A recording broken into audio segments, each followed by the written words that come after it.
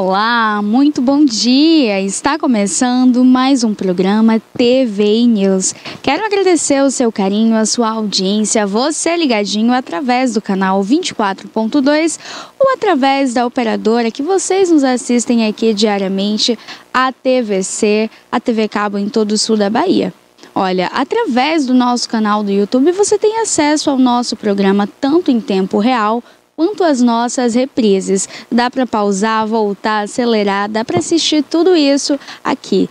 TVI Play Oficial. Entra lá, se inscreve tanto através aqui do seu smartphone, tablet, computador. O QR Code também que aparece na sua tela, apontando a câmera do seu celular ou tablet, consegue acessar uma gama de conteúdo. Cada programa com nicho diferente. Falamos sobre saúde, qualidade de vida, com direito a entrevistas com especialistas. A gente fala de política, cinema, arte, cultura, esporte, tudo isso aqui, olha, na TVI. E hoje não seria diferente. Hoje é dia de Entenda Direito com o doutor Abraham Feldman. Hoje também tem muita notícia vindo aí, olha, muita bomba com Tonezinha em mais um episódio do PQP com Toné.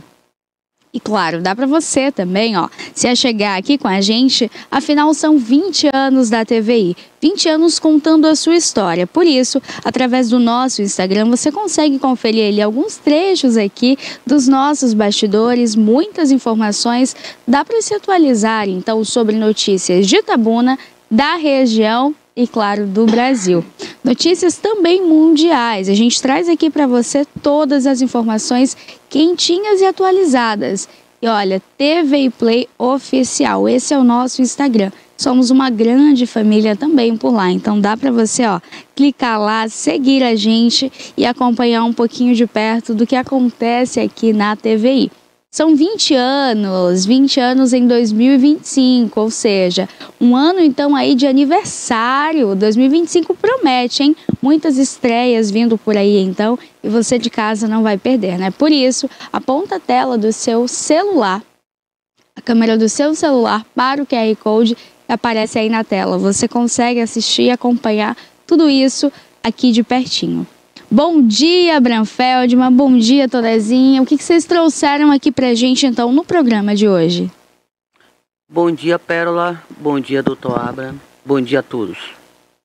PQP, realmente, o que tá pegando ainda é esse absurdo do golpe do INSS que derrubou os benefícios dos velhinhos. Um escândalo. Tem muita coisa para falar. Outro assunto, tem o índice de desenvolvimento humano, que é medido pela ONU. O Brasil saiu do 8,9 para o 8,4, 84, ainda está abaixo da Colômbia. Que vergonha. E o que está pegando nesse índice, nesse IDH, é educação. Mais analfabetos que nós temos.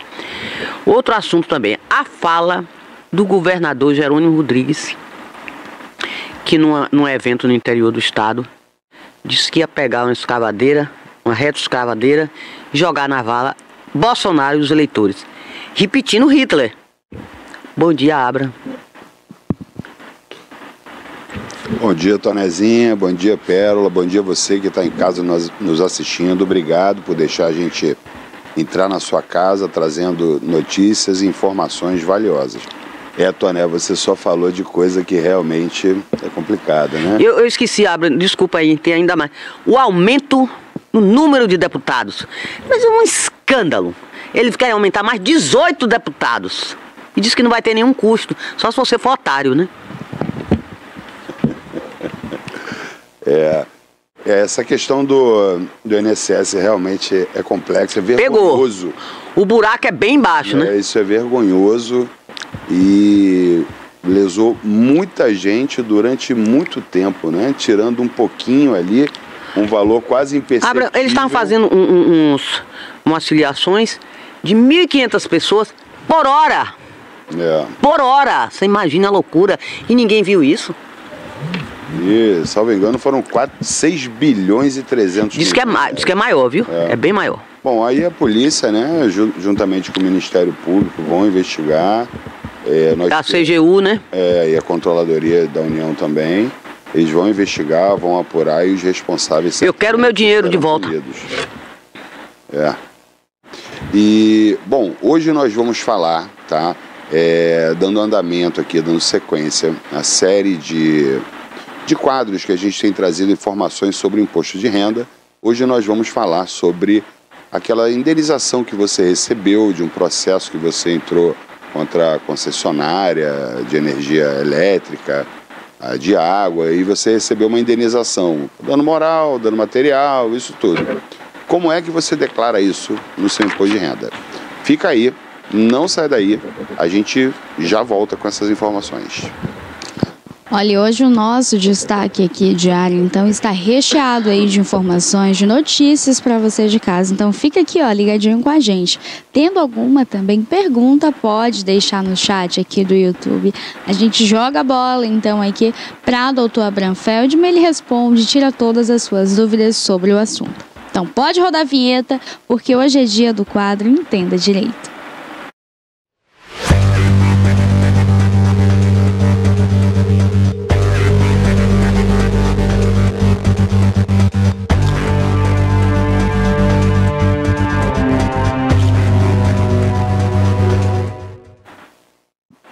Bom, vamos direto ao ponto, porque o tempo é curto. Você entrou com uma ação contra a Coelba, por exemplo, o que também não é incomum, e lá você ganhou a ação, foi julgada procedente os seus pedidos, e você recebeu a título de indenização por danos materiais R$2.000 e uma indenização por danos morais de R$5.000, tá? Você recebeu R$7.000. Como é que você declara essa indenização recebida de um processo judicial na sua declaração de imposto de renda de 2025, que termina dia 30 de maio? Não é 31 de maio não, tá? É dia 30 de maio, não vai perder o prazo. Indenização significa reparação, tornar indene, sem dano, volta ao estágio anterior. Então, para efeitos tributários, essa indenização não é considerada renda e por isso é um rendimento, aliás, é uma renda, né?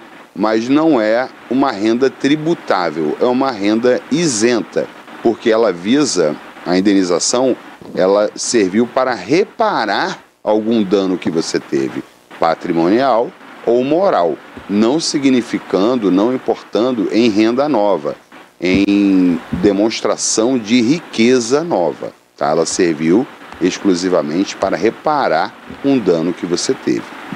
Então, quando você for na sua declaração de imposto de renda, quando você for declarar, você precisa declarar isso, tá?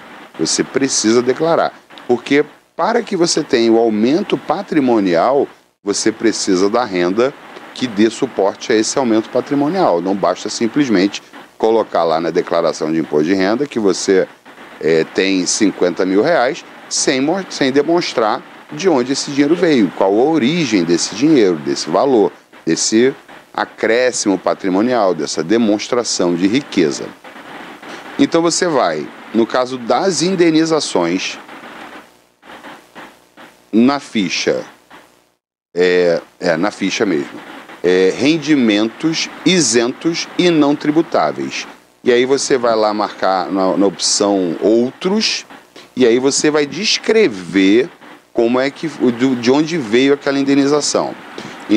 Tipo, vou dar um exemplo aqui, tá? A forma que você pode declarar. Você vai botar o valor e vai declarar mais ou menos assim: indenização decorrente do processo número tal, movido contra, em face de... Aí você vai botar o nome da empresa. Aí coloca o valor e salva isso. Isso tem que acontecer com o dano moral e com o dano material também, tá? Nenhum desses dois são rendimentos, são considerados como rendimentos tributáveis, são isentos. E aí, não tem só esse tipo de indenização. Você pode ter sido indenizado por um seguro também. E aí como é que você declara isso? Da mesma forma, você vai lá na ficha, que seguro você também não é um rendimento não tributável, ele é isento. Então você vai lá na mesma fichinha lá e declara o valor que você recebeu, também detalhando. O valor já tem um campo próprio para você colocar o valor e vai botar a indenização recebida da seguradora tal, pode botar o CNPJ da seguradora, referente à pólice tal, e a data que você recebeu também é uma informação importante. Lembrando que você vai declarar todas essas indenizações que você recebeu do dia 1º de janeiro de 2024 ao dia 31 de dezembro de 2024. Então, se você recebeu essa indenização no dia 4 de fevereiro deste ano de 2025, ela não entra nessa declaração, tá? Ela não entra. A declaração de 2025 a gente faz se referindo ao exercício de 2024, desde o dia 1º de janeiro até o dia 31 de dezembro. Eu trouxe essa informação hoje, Pérola, porque a gente tem recebido lá no escritório muitas pessoas, como é que eu faço para declarar essa indenização que eu recebi?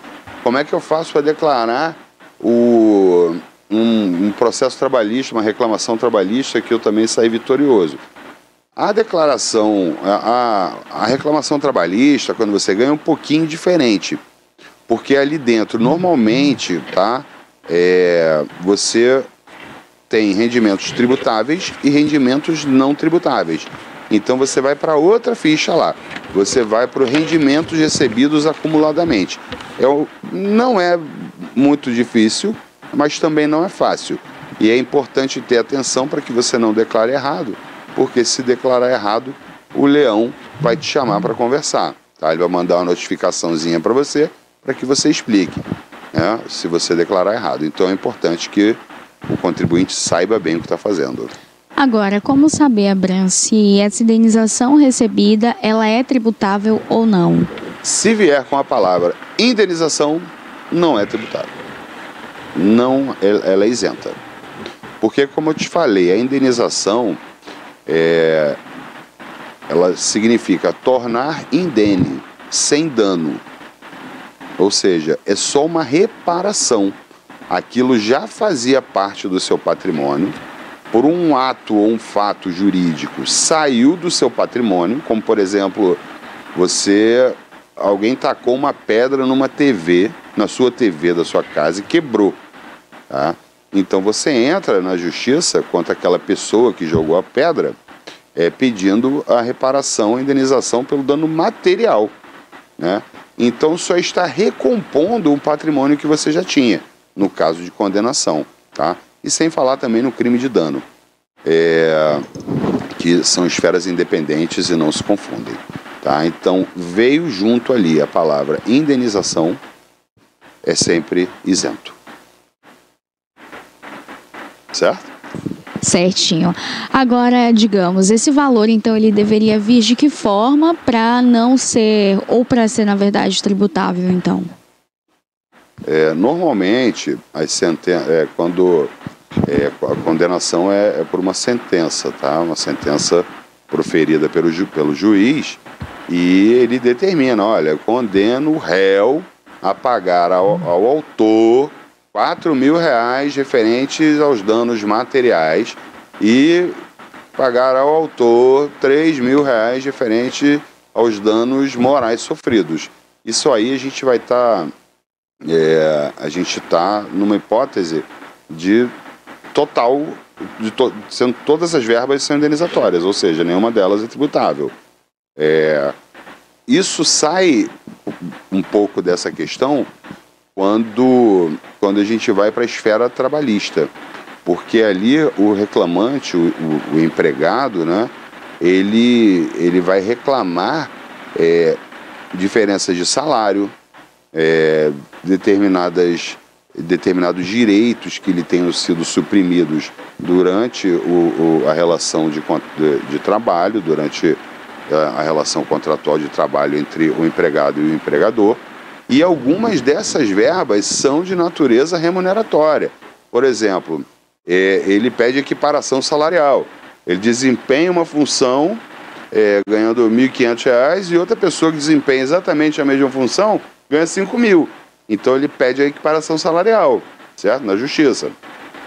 Se a justiça, se na reclamação trabalhista dele restar procedente esse pedido, né, dessa diferença de R$ 3.500 ao mês, isso não é uma verba indenizatória, é uma verba remuneratória. E a verba remuneratória, ela não é isenta, ou seja, tem que oferecer a tributação. Tá? Então, são coisas que devem ser muito bem claras. As pessoas fazem muita confusão ao declarar isso, e hoje eu trouxe esse tema aqui justamente para tentar esclarecer ou te deixar você com menos dúvidas, né? A declaração de imposto de renda, ela não é simples. As pessoas acham que é assim, pega ali a pré-preenchida, tá tudo certo. Não é. Tudo tem que ser preenchido corretamente. Às vezes vem com informações faltando, informações com alguns equívocos, informações que não vêm mesmo. E aí é importante sempre você ver, conferir e ver se ela está de acordo exatamente com tudo aquilo que você teve de rendimento durante o ano.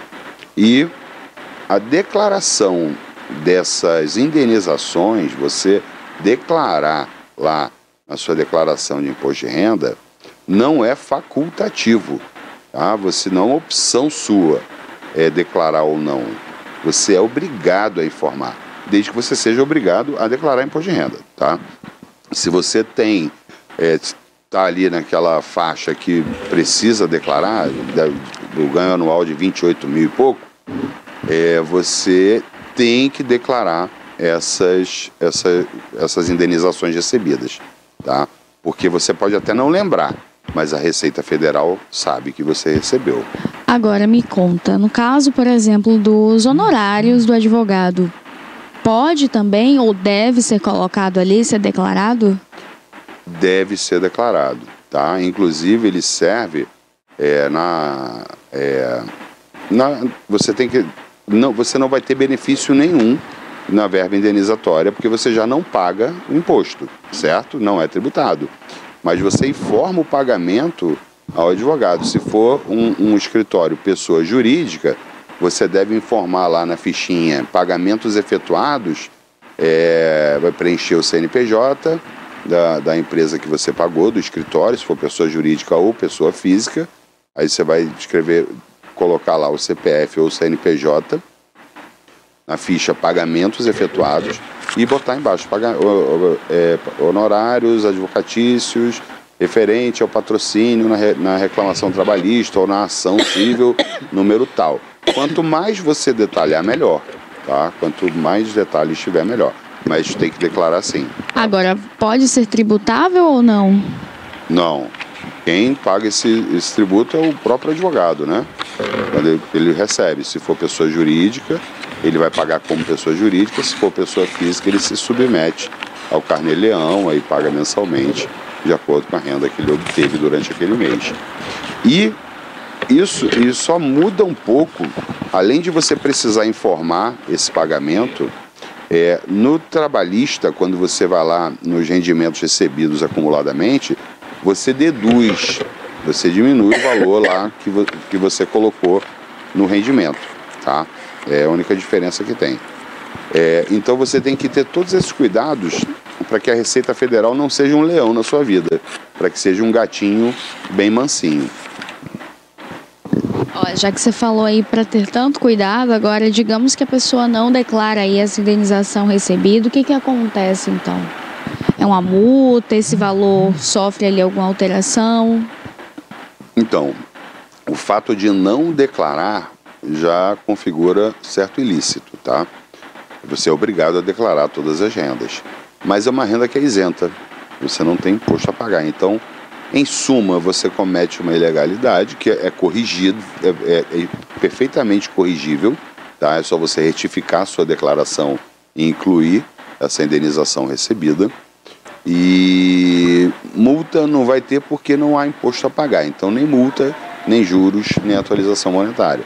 Você só vai corrigir a sua declaração através de uma declaração retificadora para que o fisco saiba exatamente como está a sua vida, o que você tem, o que você não tem, como está o seu... se você está crescendo financeiramente e se você está tendo a renda correspondente ao seu acréscimo patrimonial. Correto, respondido. Você tem alguma pergunta, Tonezinha? Eu quero falar sobre o seguinte: se a pessoa tem um imóvel, aí vai vender o imóvel esse ano, aí ele tem que declarar, ele vai ter que pagar sobre esse imóvel ou a receita, não é o ano base, é do ano que ele vendeu o imóvel? Como é isso? Como é que funciona isso? Então, o imóvel... Eu vendi o imóvel agora em março. Certo. Então, agora eu vou ter que declarar o imposto de renda até o dia 30 de maio. Ele já vai entrar aí? Entra? Não, você na declaração? Em março agora, março de 2025. Março de 2025. Não, então... Aí, porque a Receita... Desculpa aí. A Receita... esse trabalho é sobre o ano base de 2024, não é isso? Isso. Então, tudo que aconteceu de janeiro para cá... não pode entrar? Não, você não... Na sua declaração de imposto de renda de 2025 agora, que você vai fazer, como o imóvel foi vendido em 2025, você não vai declarar a venda desse imóvel agora. Você vai declarar. Ele não é obrigado a declarar. Não precisa. Mas você tem, como você vendeu o imóvel, você tem que ir num aplicativo lá, chamado GCAP, que apura o ganho de capital.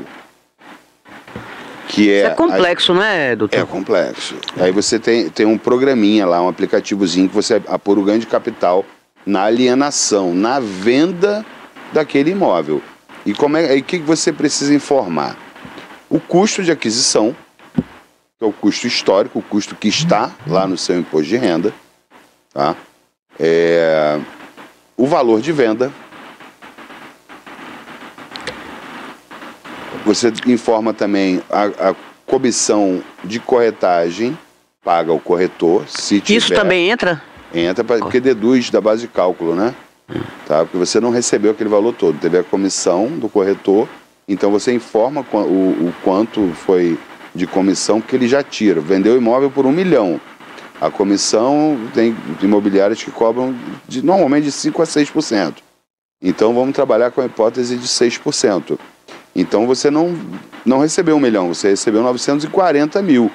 Então, em vez de calcular que você vendeu o imóvel por 1 milhão, o sistema ele vai calcular que você vendeu o imóvel por 940 mil. Ele tira da base de cálculo, tá? Ele tira do valor total, o que diminui a sua base de cálculo para a apuração do imposto. Deduzidas essas despesas, o sistema tem um cálculo próprio lá que pode lhe restar imposto a pagar sobre o ganho de capital. Se esse imóvel, se você não tem planos de comprar um outro imóvel com esse valor, eu quero vender esse imóvel. Recebi o dinheiro, compra logo outro. Aí você não paga o ganho de capital. A regra atual é essa, você não paga. Entendi. Você já investiu em outro imóvel. Exatamente, aí você não paga. Mas se você pega esse dinheiro, não quero mais saber do imóvel, eu quero pegar esse dinheiro e viajar pelo mundo. Vou comprar um veleiro, vou chamar aqui uma pessoa para a gente viajar, e vamos viajar o mundo inteiro nesse veleiro. Nessa hipótese, você paga sim, tá, o ganho de capital, que é a diferença do custo de aquisição, a diferença entre o custo de aquisição e o custo de venda, e o preço de venda, tá? Aí vai um percentual, tem uma atualização que eles podem fazer, que é feito, que o próprio sistema faz, o tempo que você ficou com o imóvel e tal, e a alíquota pode ser, tanto gerar 0 de imposto a pagar, mas as alíquotas são de 15% a 27,5%. Agora, se você faz, doutor, uma doação de um imóvel, por exemplo, eu tenho um apartamento, vou doar um terceiro, nem parente, eu doei esse imóvel. Quem paga o imposto é o doador ou quem recebe? Como é isso? O doador. Normalmente o doador paga. Quem recebe a doação não paga nada? Não. Mas se eu estou transferido pro nome dele? Problema é seu. Ah, é, né? É. Interessante isso. Mas o cara, além de ganhar o imóvel, além de ganhar, né, com a doação, tem que fazer o serviço completo. Vai dar o imóvel, vai dar despesa pro cara? Não. Dá já sem imposto, já dá com o imposto pago. Na verdade, foi uma brincadeira aqui. O responsável tributário pelo ITD, que é o imposto de transmissão da doação, ele é de responsabilidade do doador. Mas o donatário, a pessoa que Mas pode entrar num acordo, né? Fora disso. Não é fora disso. Normalmente quem doa um imóvel, ele tem condição para pagar o imposto. E já entrega livre e desembaraçado e sem qualquer despesa para outra parte. Agora, se não tiver, olha, eu vou te dar um imóvel, mas você paga o imposto. Essa parte, você paga o imposto. Aí é um acordo por fora. Aí isso aí não faz diferença. As partes entram em acordo ali, não tem problema. O que importa é estar pago o imposto, senão a doação não é efetivada. Eu não sabia, eu pensava que quem recebia o imóvel é que pagava o imposto. Não. Mas aí, a partir do momento que transferir para o nome dele, agora a responsabilidade é dele. A responsabilidade já é outra dele, história. IPTU, condomínio, tudo isso aí agora é responsabilidade dele. Ele recebeu bem, aceitou aquela doação, tá? A pessoa pode não aceitar também, né? Então ele aceitou aquilo e a partir dali, a não ser que da escritura de doação constem outros termos, ele pode ser responsável por todos os ônus dali para frente, tá? Mas tudo depende, existem, assim, uma certa liberdade, né? Vou te doar o imóvel, mas eu vou continuar pagando para você o IPTU e o condomínio. Isso pode estar lá na escritura, tá? Então, pode ser assim, isso aí, existe uma certa liberdade que as partes podem transigir sobre isso. Agora, doutor, eu volto a falar sobre a questão do etarismo, esse negócio da faixa etária. Tem 80 anos, tem isenção de imposto de renda, não? Nada, que... Hein? Não. Ué? Tem pessoas com 80 anos que têm uma renda enorme. Tem milhares de imóveis. Vou isentar ele de imposto de renda, porque esse homem, ele produz riqueza. Ele pode não pagar, mas tem que declarar. Não, ele paga, declara e paga. Mas se ele não tiver nada, vamos dizer, se ele não tiver nada, não tem. Aí não tem que declarar. Não tem que declarar. Só tem aposentadoria. Então, dependendo do valor. Quer dizer, antes de levarem, né? Aposentadoria antes de levarem, né? Porque levaram assim, tudo. Dependendo do valor que ele receba dos proventos de aposentadoria, ele pode estar na faixa de isenção. E o imposto de renda também incide sobre a aposentadoria, sobre esses benefícios, sim. Pensão e aposentadoria, doutor? Sim. Existe uma hipótese... Mas qual é o valor? É acima do salário mínimo? Como é isso? Não, o valor de 28 mil e pouco. É o valor que está na 28 mil, você fala anual? Anual. Tem gente aí que tem aposentadoria de alguns servidores públicos de 30 e tantos mil reais, 40 mil reais. Esse aí tem que pagar mesmo. Por que ele não vai pagar o imposto de renda? A capacidade tributária, ela independe de capacidade civil, de idade... De faixa etária, não tem nada a ver. Se ele tem renda, ele paga. Existem algumas hipóteses previstas em lei que a pessoa pode ser isenta. Aqui, e aqui vou dar um dado interessante. A pessoa foi diagnosticada com Alzheimer. Ela tem isenção de imposto de renda sobre proventos de aposentadoria, de pensão, inclusive de reforma. Mas não é só Alzheimer, pode ter outras doenças. Não, são outras doenças também. Tá? Tá lá na Lei 7.713 quais são as doenças que isentam a pessoa do pagamento do imposto de renda sobre proventos de aposentadoria e pensão. Tá? Então ela não paga o imposto de renda sobre aposentadoria ou a pensão que recebe. Mas se ela tem um imóvel alugado, ela paga o imposto de renda sobre o valor da locação que ela recebe. Isenta somente da aposentadoria e da pensão. outras rendas não. Tá? Ela está aposentada, mas trabalha.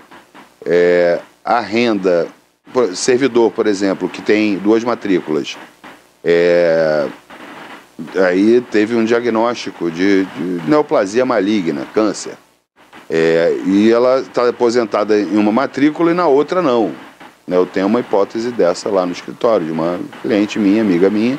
Graças a Deus a neoplasia dela foi leve, né? Câncer de pele, nada demais. Só que ela tem esse diagnóstico.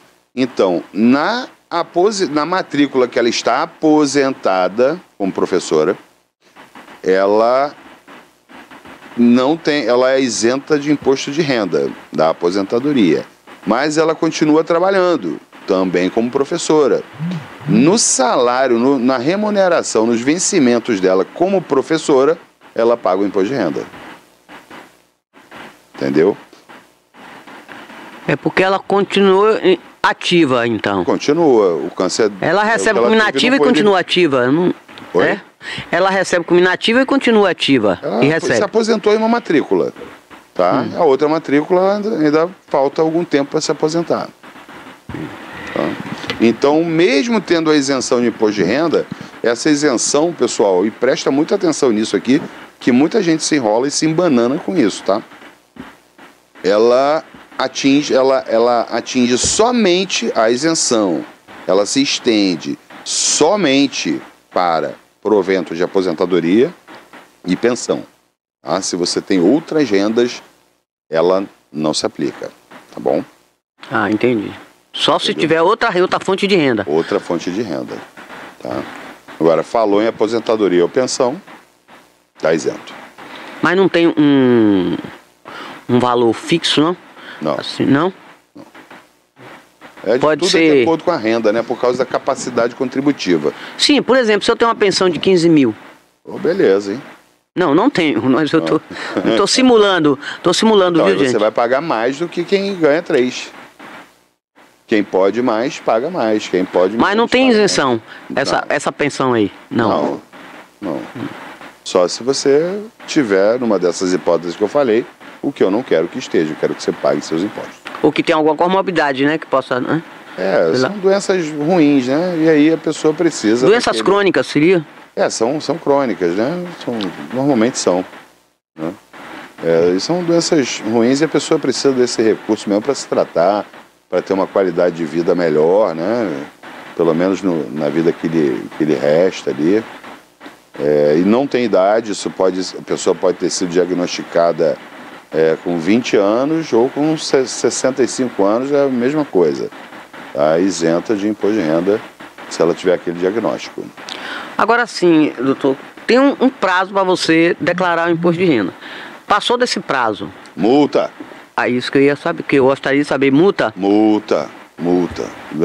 Acho que a multa começa com 100 e poucos, R$200, e pode ir até 20% do tributo a ser pago. A ser pago, né? Tributo que você deve. Isso. E como o vencimento é no dia 30 de maio, aquele seria o vencimento também do imposto. Então já começa a correr multa pelo atraso e juros e atualização monetária.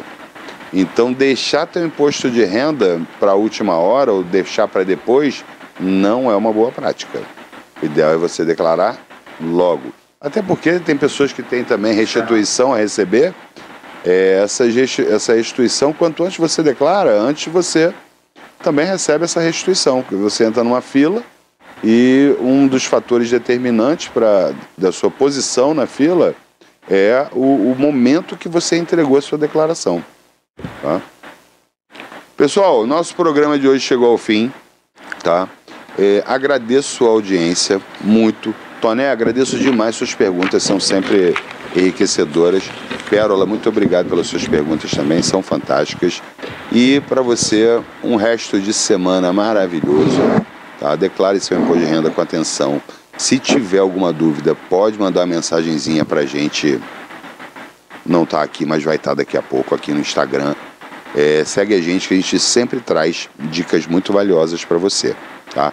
Muito obrigado Fique com Deus e até quarta-feira da semana que vem.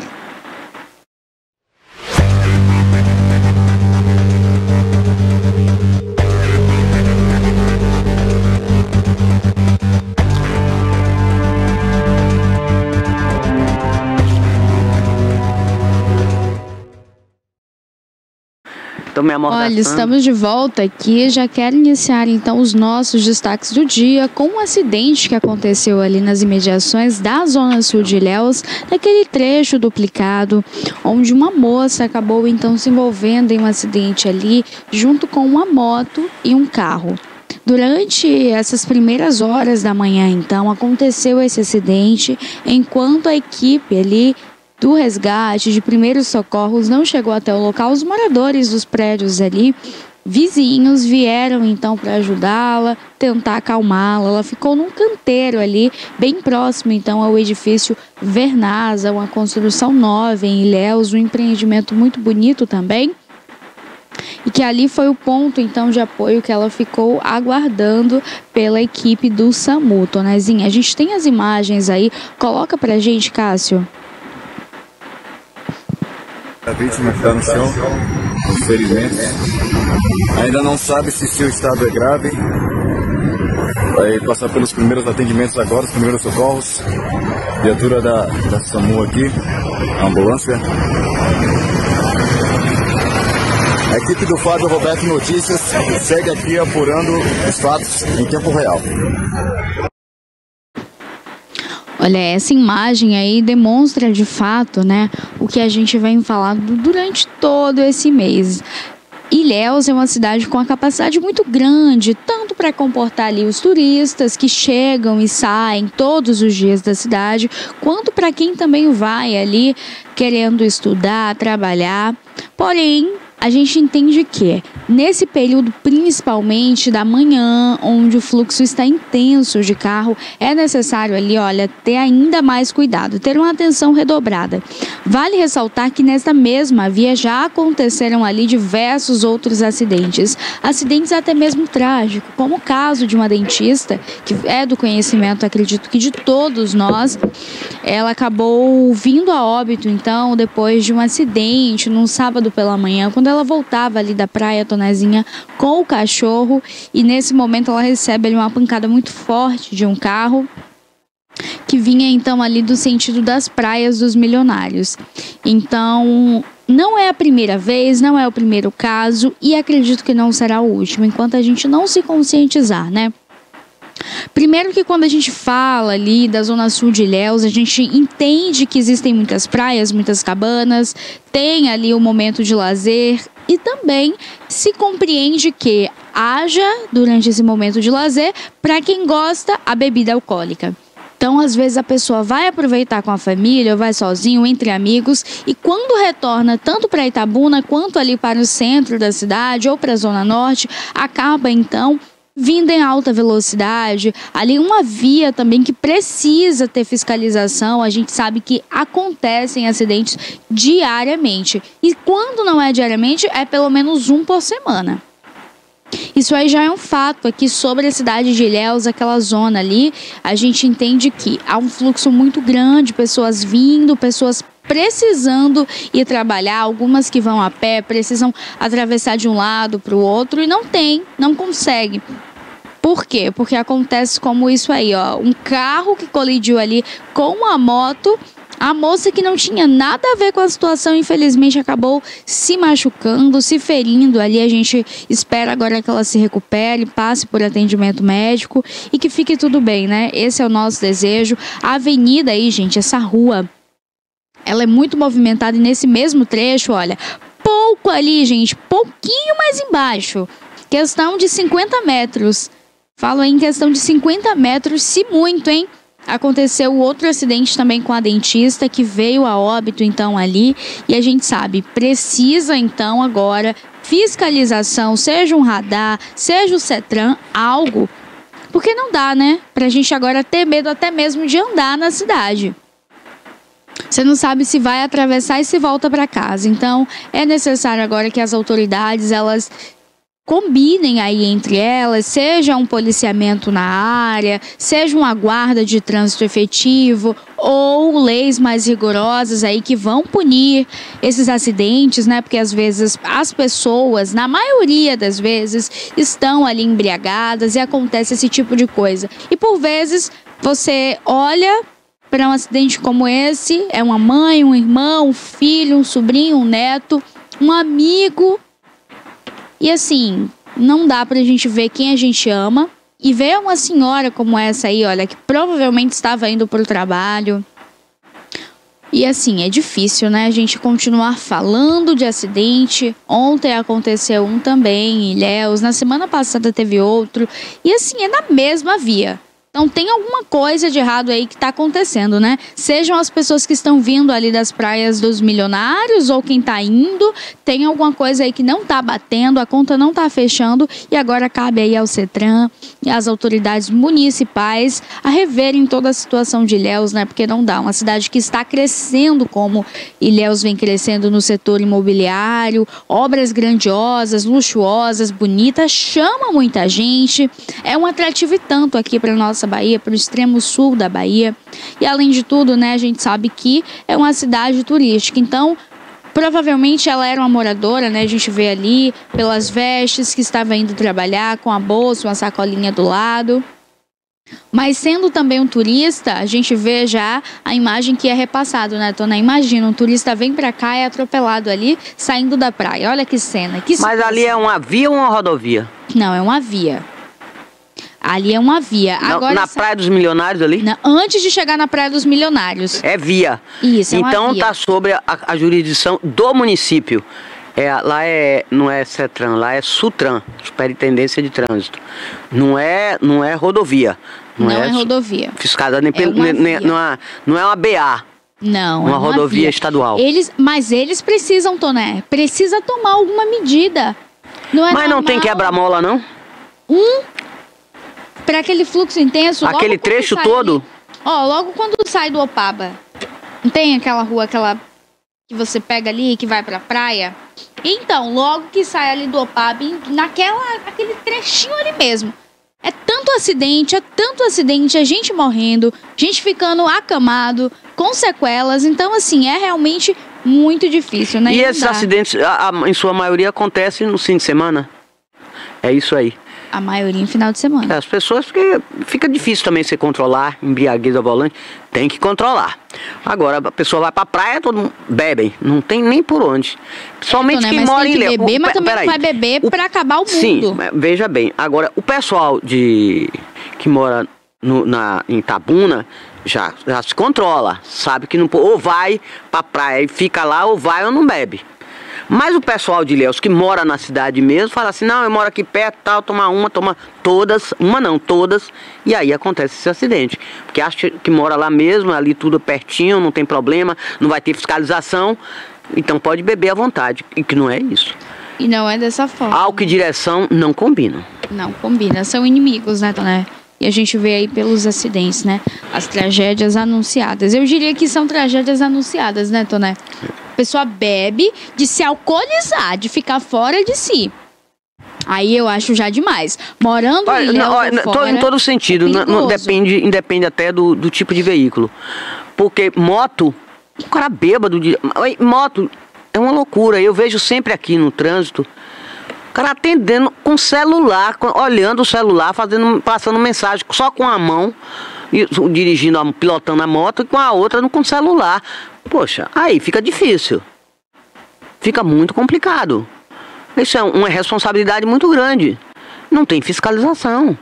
Como é que você vai pilotando uma moto, você com a mão você tá olhando o celular, passando mensagem no WhatsApp? É realmente complicado, né? Para quem tá ali, principalmente para os pedestres, hein? Principalmente para quem depende ali de estar seguindo o fluxo andando mesmo. Então, é muito difícil. E a atenção deve ser redobrada, hein? A gente também ressalta isso. Não é só a pessoa que tá bebendo lá. Mas é porque também, veja bem, Perola, esse pessoal de fiscalização fiscaliza mais quando é na autoestação, no verão. Que aí tem aqui, o fluxo é bem mais intenso, né? é bem maior, claro, a quantidade de veículos é bem maior, porque tem não só a Praia de Ilhéus, tem lá, o nego tem que descer para Canavieiras, para lá, né? Tem que passar por tem que comandar tudo ali, tudo. Então, o movimento é muito grande ali naquela área, naquele trecho ali, na Praia do Sul.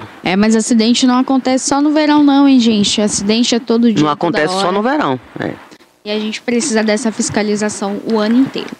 Olha, Tonezinha, hoje, 7 de maio, essa quarta-feira, é uma quarta-feira bem animada, uma quarta-feira diferente. Eu diria que uma quarta-feira até mesmo especial, né? Em que os olhos do mundo agora se concentram ali na Basílica São Pedro, Toné, onde está acontecendo a cerimônia, então, inicial para a eleição do novo Papa, o novo Pontífice. E agora a expectativa é de que a fumaça surja o mais rápido possível, né? A fumaça branca, ela traz à humanidade a resposta de que foi escolhido, foi eleito o novo Papa.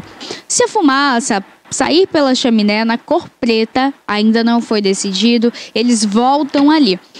É compreendido, então, que nos primeiros dias, até 3 dias, se não for escolhido, se não for eleito nenhum dos cardeais ali presente, a gente sabe que eles se concentram para fazer orações individuais e depois, no 5º dia, retomam ali novamente as votações. Na tarde de hoje, desta quarta-feira, os 133 cardeais que estão presentes, eles irão fazer uma votação informal ali, Toné. E nessa votação informal, costuma-se votar ali nos que eles são mais chegados, familiarizados, nos amigos. É uma votação que ainda não é para valer, mas amanhã, pela manhã, já inicia. Então, amanhã, pela manhã, tem uma votação valendo. No período da tarde, mais 2 votações. Não, amanhã são 4 escrutínios. 2 pela manhã e 2 pela tarde. Hoje é só Não são 3 não, Tonezinha? Não, 4. 2 pela manhã e 2 pela tarde. Agora, lembrando que a partir das 14 horas, horário de Brasília, aí já pode botar a fumaça. Mas se for escolhido... Não, porque tem muita gente que é candidato. Eu acredito então, que não vai sair por são agora, 133 cardeais, que são candidatos, né? Então o conclave começa, já está com muita complexidade. Mesmo assim, já tem alguns papáveis, já tem alguns que já podem ser favoritos, né? Tem um da África, tem um cardeal, tem 3 italianos, mas tem um tal de Parolini, que esse também é um dos favoritos, hein? Ele foi indicado, inclusive, pelo Papa. Ele é secretário do Papa. Ele era secretário, esse Parolini. Ele é italiano. E tem um americano também, que tá bem... E tem um asiático. E um brasileiro. Tem um asiático, mas eu acho que da América Latina tá difícil agora. Mas tem um brasileiro, é importante a gente destacar, que ele também tá lá, ó. São 7 brasileiros, 7 cardeais brasileiros com direito a voto lá. Tem um brasileiro também como favorito. Agora, é um processo muito complexo. Muito complexo. Então, até sexta-feira... Não pode durar muito tempo. Até sexta-feira eles têm já que definir.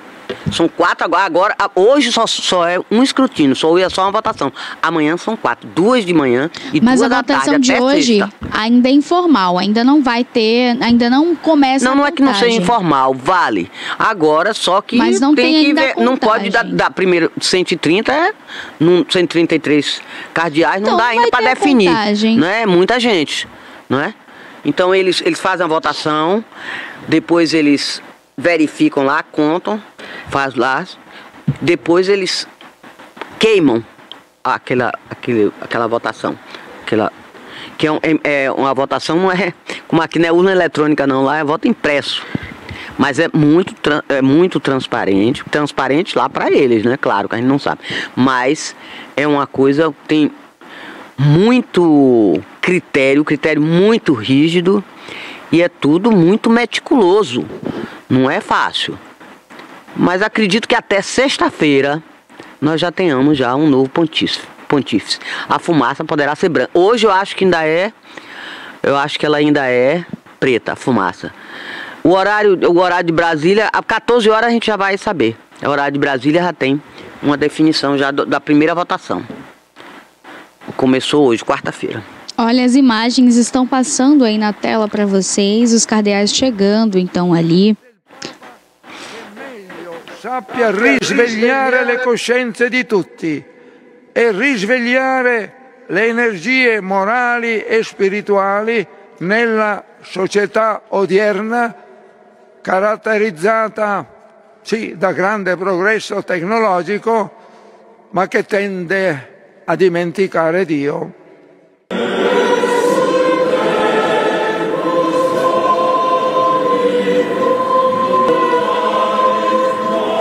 Preghiamo perché Dio... Olha, os dias eles são passados aí na Casa Santa Maria, que é a residência onde os cardeais ficarão hospedados durante o conclave. Depois do café da manhã, eles também irão embarcar em um ônibus sob forte esquema de segurança e seguirão para a Capela Sistina, onde eles se reúnem aí para uma rodada matinal e também a votação sobre obrigações, ou seja, essas obrigações elas se iniciam no período da manhã, vai então ali ter um período para o almoço, eles não podem ter ali aquele contato de estar se conversando, tô, né, dando a dica, ó, você tem que votar em tal, puxa fulano, não pode. Cada um ali tem no mínimo uma conversa relacionada a algo externo, mas nada pode também sair dali também. Eles não têm nenhum contato com o mundo externo, fora a fumaça, né? A fumaça que faz essa ligação. Então a gente consegue ver aí a entrada deles. Pode colocar, Cássio, pra gente na tela, a entrada deles aí, então, na Capela Sistina. Uma imagem muito bonita, né? E o mundo agora fica na expectativa. Durante as sessões, então, ali de votação, os cardeais, eles usam esses trajes aí cerimoniais. Eles usam o traje completo. Após a votação, então, eles retornam e vão almoçar, tem um descanso, tem conversas ali informais e logo, após todo esse momento, esse intervalo, eles retornam novamente para as votações no período da tarde, que sucede ali à noite, repetindo o processo diariamente, trocando de roupa, embarcando no ônibus, retornam ao lugar que eles fazem ali.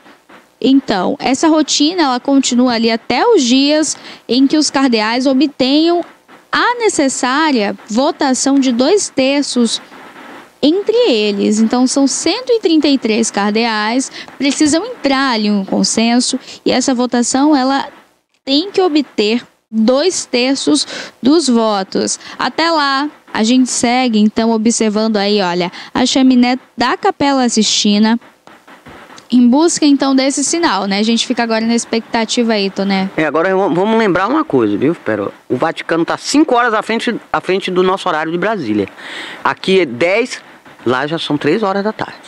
Isso, então, provavelmente eles estão ali já no horário pós-almoço. Pós-almoço, né? Exatamente. Então, tem o tempo de almoço, além do almoço, eles podem ali... Tem um momento de conversa, bate-papo, trocam de roupa também. Eles têm um momento para descansar de fato. Então, a votação não é em seguida, ó, começou ali de manhã e segue reto, não. Para pro almoço, tem um intervalo para conversa. E depois de tudo isso, eles retornam então até o local ali onde acontecem as votações. E esse momento a gente entende que é um momento em que o mundo fica na expectativa, né, Toné? Se despede do Papa Francisco, os fiéis foram ali fazer a última despedida, entregar ali também boas energias, né? Algumas pessoas que ouviram tanto durante a pandemia e que pós-pandemia também teve uma mudança na vida. A gente fala muito de pandemia e esse pós e antes pela mudança que o mundo entrou, né, Toné? Foi algo que realmente modificou não só a rotina, mas dentro de cada um, seja para o bem, seja para o mal. Mas algo está diferente na humanidade, né? A pandemia ela chegou, se instaurou em um momento que ninguém esperava. A humanidade então se concentrou ali na expectativa de sair disso. Então, os fiéis falavam muito isso ali durante a despedida, sobre a força que foi passado para quem perdeu os entes queridos, para quem também ficou doente, ou para quem tinha medo até mesmo de adoecer, né? Então... Agora tem um detalhe. Desses 133 cardeais, 103 foram indicados por Francisco. Então ele tem maioria para fazer o sucessor. Mas então, ali fogaréu de vaidades ali. Vai ser... É muito complexo. Tem muita intriga nos bastidores, que são 133, para escolher um Papa que, se não me engano, são 6,3 bilhões de católicos no mundo. Então, é muita gente. Então, é uma responsabilidade muito grande, é uma dimensão muito grande. O posto, que é o chefe maior da Igreja Católica, do catolicismo no mundo inteiro. E isso é muito importante. Agora vamos ver quem vai ser o eleito, quem vai ser realmente o mais votado. Tem muitas especulações e tem essa demora. Essa demora também é uma coisa complexa. Que teve Papa que em um dia, aí lá no século bem para trás aí, que em 1-2 dias já foi votado, já foi eleito. Teve um que demorou mais de 15 dias. Aí demorou para ser a votação para eleger o Papa. Vamos ver se esse vai até sexta-feira. Se, segundo falam os vaticanistas, até sexta não se chegar ainda a um nome definitivo do novo Papa, isso diz que comprova que existe uma rachadura na igreja. Muito embora não querem fazer política, mas é um cargo também político. Então o Papa domina, fala sobre guerra, sobre fome, sobre imigração, fala sobre tudo. E como até sexta-feira, se não for ainda eleito o novo Papa, eles acham que isso vai demonstrar para o povo que existe uma rachadura dentro da igreja. E que também, que nem aqui, existe uma polarização. Conservadores e progressistas. Então, o Papa Francisco era progressista, vamos dizer, na esquerda. E tem outros que são conservadores, são da direita. Dentro da própria igreja existe duas correntes, bem verdade. Só que o Papa Francisco nomeou 103 cardeais. E é dele também alguns avanços significativos da igreja, como a bênção para o pessoal de LGBTQIA+. Também a importância da posição da mulher. Ele abriu as portas do Vaticano para cargos muito importantes para as mulheres lá dentro do Vaticano, que antes eram restritos só aos homens, mas ele abriu. Isso é muito importante. Esse tipo de inclusão, isso que o Papa Francisco fez, é muito representativo do seu legado.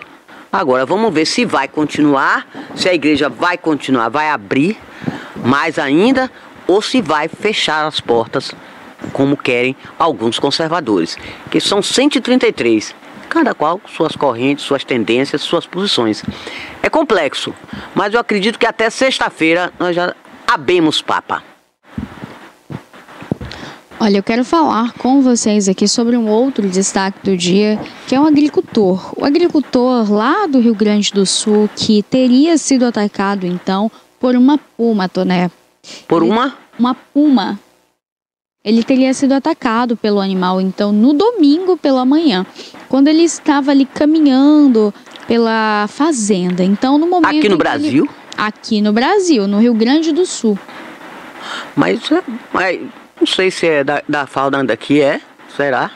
Rapaz, aqui aparece um pouquinho de tudo, né? Aqui aparece de tudo. Sei que tem a onça que atacou, aquela onça pintada. Sim, que atacou. Aquela dali já matou o caso, foi aqui, foi Mato Grosso, parece. Mato Grosso do Sul. Do Sul. Então, foi triste aquele caso, viu? Muito triste. Olha, e tem uma atualização também desse caso aí. O caso do Jorge Ávalos, né? Um senhor, um idoso de 60 anos, então, que foi atacado ali por aquela onça macho. Além da perícia agora identificar se realmente foi essa onça, eles atualizaram. E a onça está no estado delicado, né, Pérola? Sim, ela estava estado clínico do peso, delicado, né? 20 quilos abaixo do peso, muito machucada, desidratada. Agora, além de tudo, Toné, tem uma informação que ela é bem pertinente e chega a ser assim triste, né? E embrulhar o estômago de fato. A onça, no momento em que ela foi capturada, ela foi colocada ali, né, no local certinho, tudo bonitinho, não foi machucada, nada do tipo. Porém, como ela estava... Ela foi sedada, né? Isso, como ela estava sob o efeito de sedação... E para fazer os exames. Como ela estava sob o efeito de sedação, ela acabou defecando. E nas fezes continham cabelo, fios de cabelo e, além dos fios de cabelo, ossos. Ossos.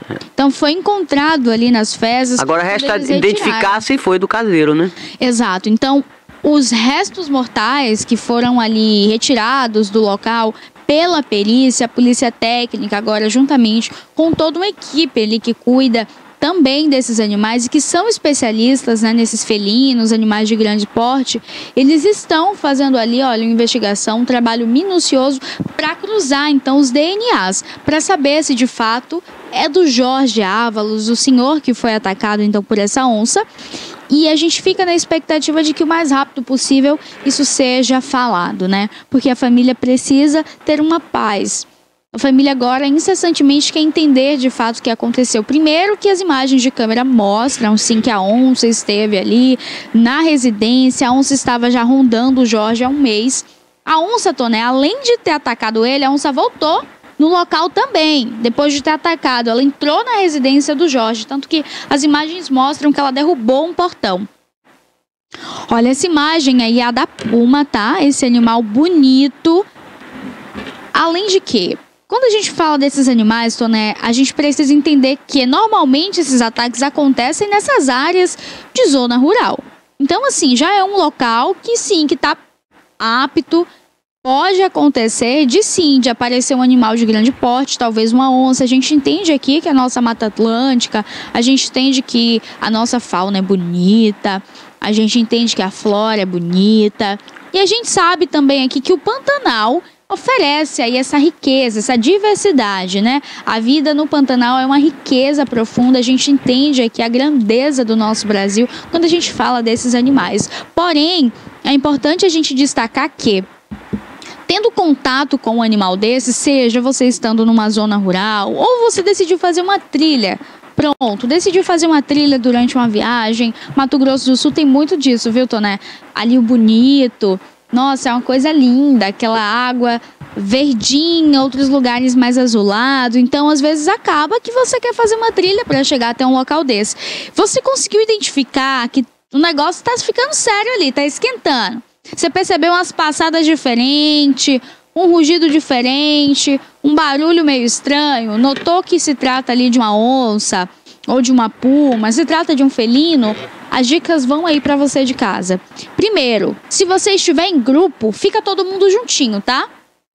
Não fica um no sul, outro no norte, não, todo mundo junto. Primeiro que o animal ele não consegue identificar o ser humano ali. Ah, é uma pessoa, tem 2 pernas, 2 braços, vou atacar. Não, ele identifica que você é menor que ele, então a visão que ele tem é essa. É uma presa fácil. Quando está todo Depois mundo o animal é o junto, instinto, né? Quando está todo mundo junto e não Quem tem essa a racionalidade ficou com o homem. Agora, o animal é instinto, você tem que respeitar. E você está no habitat dele também, né? É muito, se ele, às vezes, ele invade esses locais já habitados pelo homem, alguma coisa aconteceu lá. Ele está fugindo de alguma coisa, ou ele está com fome, alguma coisa. Toné, não é que está acontecendo alguma coisa, não. É que acontece todos os dias o desmatamento. Não tem para onde correr. A cadeia alimentar, ela precisa existir. Então, assim, se ele não come o que tá no mato, ele vai vir pra fora. E o que tá fora é o homem. Então, o homem que vai sobrar. Toda ação tem uma reação. Desculpe aí, a vítima era um caseiro de uma fazenda, é isso? Dessa vez ele sobreviveu, esse rapaz sobreviveu. Não, tá? eu tô falando do que morreu o outro. O que morreu era um caseiro também. De uma fazenda. Os 2 são caseiros. O que acontece, Toné, é que nesses casos em que a pessoa tem, né, essa proximidade ali com os animais, não pode se afastar, além se estiver em grupo, é melhor ficar todo mundo juntinho, quietinho. Outra coisa, correr, não inventa de correr. Primeiro que a onça, né, ela tem uma capacidade ali física muito boa, então se assim, correr o bicho pega, se ficar o bicho come. Então é melhor ficar. Eu acho que é melhor ficar. Primeiro porque as chances de você correr é ainda maior, né? A onça vai estar na defensiva. Essa imagem aí mostra a puma, um animal tão bonito, né? A gente vê e a gente já imagina, né? Como seria interessante, Toné, se a gente tivesse esse contato, se fosse É preto, é puma? Não, lindos. É uma cor meio esbranquiçada. Um amarelo indo já para um branquinho. É muito bonito. E o pelo também não é tão denso quanto o da onça, tá? Raça os felinos, né? São muito agressivos. São né? agressivos e lindos, hein? E tem também esse fator aí, Toné. Ele já estava adaptado ali na região. E ele conta que quando ele teve esse contato, ficou cara a cara com o felino, ele estava indo caçar. Então, assim, ele já ia para uma trilha, provavelmente aquele felino já estava percebendo ali que tinha gente passando, rondando, observando os passos, sentindo o cheiro. E esses animais, gente... Mas o animal tá vivo, Pérola? Tá vivo, tanto o animal quanto o rapaz. Mas o animal fugiu ou conseguiram Não, ele pegar? ele foi caçar, ele foi com o cachorro. No momento em que o cachorro observou, o cachorro também tem o faro, né? E tem todas essas questões de sentir, observar. E quando o cachorro retorna... ficou com medo de avançar o caminho, ele percebe que tinha algo diferente e já imaginou que poderia se tratar de uma onça. Quando então o felino já se aproxima dele e ataca. Quando ele vai para atacar, o rapaz tenta correr, o cachorro começa a latir, enfim, uma confusão intensa, mas que ele acabou saindo vivo da situação, ainda bem. A gente fica feliz em falar sobre isso. E o puma não pegou o cachorro, não? Não pegou, não chegou a atacar o animalzinho, não. O animalzinho está bem, passa bem. Não teve nenhum arranhãozinho, Toné. Aí depois fugiu, o puma fugiu. Fugiu. Acredito que naquele susto todo ali, outra coisa também importante a gente ressaltar. Esses animais, eles atacam principalmente se estiverem com fome, tá? Se ele não tiver comido há pelo menos uma semana. Então, se ele tiver com o estômago ali, ó, cheio ou em digestão, em fase digestória, pode ser que ele não ataque. Então, pode ter acontecido esse caso com a puma. É o que a equipe ali também eles vieram fazer o resgate, então, do animal. A polícia ambiental chegou para fazer o resgate, mas não encontrou, tá? Então, a puma segue solta por lá. E a gente sabe, Toné, que esses casos, eles acabam terminando em tragédia. Principalmente pela ignorância do ser humano, né? Quer correr, quer lutar contra o animal e não dá, gente. De fato, é melhor. Fica quietinho, ó, respira. Tenta manter a calma, é impossível manter a calma, né? Eu diria, não é nem que é difícil, é impossível. Mas o melhor é a gente tentar, né? Tentar, como foi o caso dele. Ele disse que quando o cachorrinho estava perto, ele só imaginava no rapaz, no animal, atacar o cachorrinho, né? O rapaz só imaginava da puma pegar o cachorro, assim como na região já aconteceu várias e várias vezes, né? Então fica aí essa dica para você de casa que gosta de uma trilha, que vai pro Pantanal, que sonha um dia em chegar lá, né? Tem uma história também bem curiosa, Toné, do Pantanal ali, de um casal que decidiu fazer ali o pedido de casamento, Toné, e a onça atrás, a onça só esperando, hein, pra pular ali neles. Então, assim, o rapaz decidiu em uma ida ao Pantanal fazer o pedido de casamento para a sua esposa, atual esposa agora, e ali atrás, Toné, aquela vista linda, né? E a onça lá também no cantinho olhando. Então, assim, gente, é um momento bonito, é um local, assim, com tanto contato com a natureza desperta uma coisa boa em nós, mas que a gente também tem que entender, né? A natureza devolve o que a gente faz. Então, os animais já estão ali, sem ter onde se abrigar, de chuva a sol, sem saber nem para onde vai, porque é um quebra-quebra de madeira, é um arranca-arranca de tudo que é coisa boa que a natureza tem a oferecer, o ser humano vai lá, toca e destrói. Então o animal vai recuar, e se recuar vai vir para cá, né? Não é diferente. Aí, no caso lá do sul, a gente vê os ataques dos felinos, mas aqui no Nordeste também vai começar a coisa ficar feia, ficar séria, que o ser humano não aprende e continua desmatando, acabando aí então com a nossa diversidade, a riqueza que o Brasil tem e consequentemente aumentando ainda mais, né, aquecimento global. Aí depois reclama, ai, tá calor, tô fritando. São essas consequências que a gente tem plantado. Olha, Tonezinha, você tem alguma notícia pra gente? O que você tem a falar, hein, então? Eu quero falar sobre a infeliz declaração do governador da Bahia, Jerônimo Rodrigues, que tá correndo o mundo. Não é só aqui no Brasil, não, até no exterior. E foi muito infeliz ao dizer que, falando sobre Bolsonaro e bolsonaristas, ele estava fazendo um discurso no interior do estado, que ele foi lá para entregar uns títulos de terras e também a inauguração de uma escola da rede estadual. Aí o discurso que ele fez, além de agressivo e pejorativo, repercutiu muito em todo o país e até no exterior. Ele sugeriu que o ex-presidente Jair Bolsonaro e seus eleitores fossem levados para a vala. Olha o que ele disse, abre aspas. Tivemos um presidente que sorria daqueles que estavam na pandemia, sentindo falta de ar. Ele vai pagar essa conta dele. E quem votou não pode pagar também. Não podia pagar também. E conta. Não podia também pagar a conta. Fazia no pacote. Bota todo mundo numa enxadeira. Sabe o que é uma enxadeira? Uma retroescavadeira. Bota e leva tudo para a vala. Ué.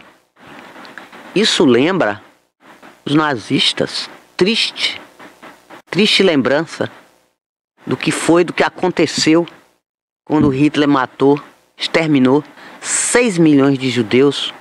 E naqueles campos de concentração tinha além daqueles banheiros químicos que ele botava as pessoas lá, aquelas fumaças, botava as pessoas, matava as pessoas ali, incinerava todo mundo, em Auschwitz, em outros locais, campos de concentração. E ele pegava milhares daquelas pessoas, saíam, ele pegava os próprios judeus, levavam nos carrinhos de mão, abriam valas imensas, colocavam lá os cadáveres, os corpos, não é? E depois jogavam a terra por cima. Quer dizer, ele está fazendo, o que ele falou, foi exatamente, ele está repetindo Adolf Hitler. Que coisa feia. E depois dizendo que Bolsonaro falou sobre isso, sobre deixar o pessoal da pandemia com falta de ar, que morreram. Falta de ar? Ué, governador, não precisa ir muito longe. Se foi falta de ar também, muita gente morreu por falta dos respiradores. Que o ex-governador da Bahia e agora ministro civil, da Casa Civil, Rui Costa, era presidente de um tal consórcio do Nordeste, comprou respiradores, milhões, pagou e não recebeu e não se fala mais nisso. Ninguém diz nada. Tentou se desculpar o governador. Ele disse que essa fala dele foi fora de contexto. O termo vala pode ter sido pejorativo, mas eu tenho toda a humildade para dizer, desculpem pelo termo, mas não houve intenção nenhuma de desejar a morte de ninguém. Como não houve intenção? Você falou que é para levar pegar com uma retroescavadeira, pegar as pessoas.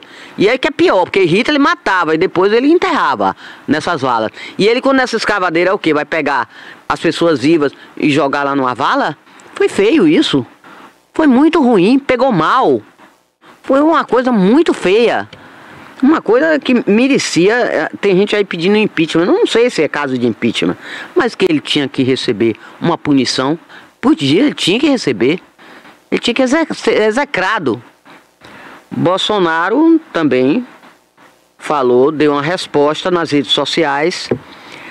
E ele disse, além de contestar a fala da Bahia, do governador, ele disse que esse tipo de discurso, vindo de uma autoridade do Estado, não apenas normaliza o ódio, preste atenção, normaliza o ódio, como incentiva o pior, a violência política. O assassinato moral e até físico de quem pensa diferente. É a institucionalização da barbárie com o verniz de liberdade de expressão. Isso não é liberdade de expressão.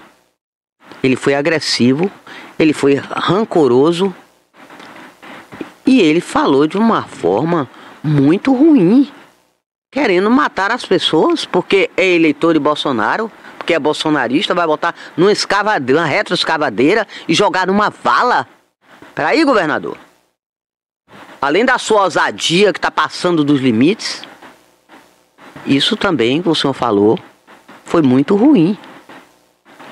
Institucionalmente, o senhor é um governador. O senhor representa a população da Bahia toda. Representa um estado. E o senhor não podia usar essas palavras que o senhor usou. Muito ruim, e a repercussão também foi muito grande. Espera-se providências. Que tem gente lá na Assembleia Legislativa do Estado pedindo impeachment. Não sei se é caso de impeachment, mas tinha que ter uma punição, tinha. Tem que colocar o governador no seu devido lugar. Tá falando bobagem, falando besteira, né? E colocando até em risco a integridade física dos aliados do ex-presidente Bolsonaro. Pérola.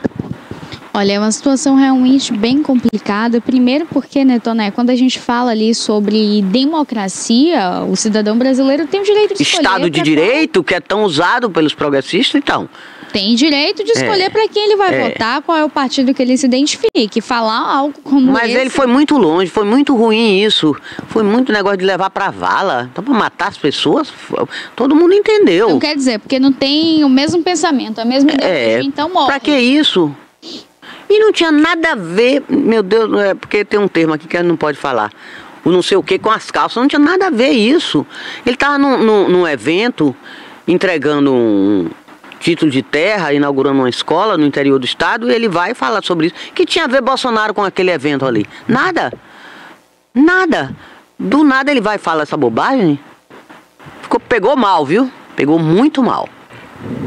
E é esse governador aí que... Ele pode ser reeleito? Pode, não pode? Não. Ou não? Pode. Pode. Pode, mas eu acredito que não tá cotado não pra próxima, hein? Ou não, a gente vem aí, né, com mudanças vindo no partido do PT, mas eu não vejo muita expectativa do Jerônimo estar na próxima não, né? Mas as coisas mudam, política é uma coisa muito duvidosa, muito incerta. Uma hora é algo, tem uma pesquisa aí que o ACM Neto tá com mais de 40%. Vixe. Mas como da outra vez ele tava quase 60% e perdeu, que eu não sei. O Neto é forte, agora eu não entendi nada, viu? É isso aí mesmo, Toneto. O Neto tava arrasando, as pesquisas... Não, eu acho que Jerônimo já é o segundo mandato. Não, é o segundo? É, eu acho que é. Ele não pode mais não, eu acho. E aí fica difícil. O que eu sei é que realmente foi difícil, né? Neto tava passando com ninguém acreditava em Jerônimo, lançaram o Jerônimo... Nem eles mesmos. Era exatamente, era um nome desconhecido. E ele foi eleito. Agora vai ser de novo, vai ser outra vez, vai ser reeleito. Não sei não se o eleitor tem que abrir o olho, viu? O PT é forte no Nordeste, o PT é extremamente forte aqui na Bahia, né? Então tem essa questão também, né, Toné? Pode falar o que for. O povo parece que, fecha os olhinhos, fecha a boquinha, tampa o ouvidinho, vai na urna e tim!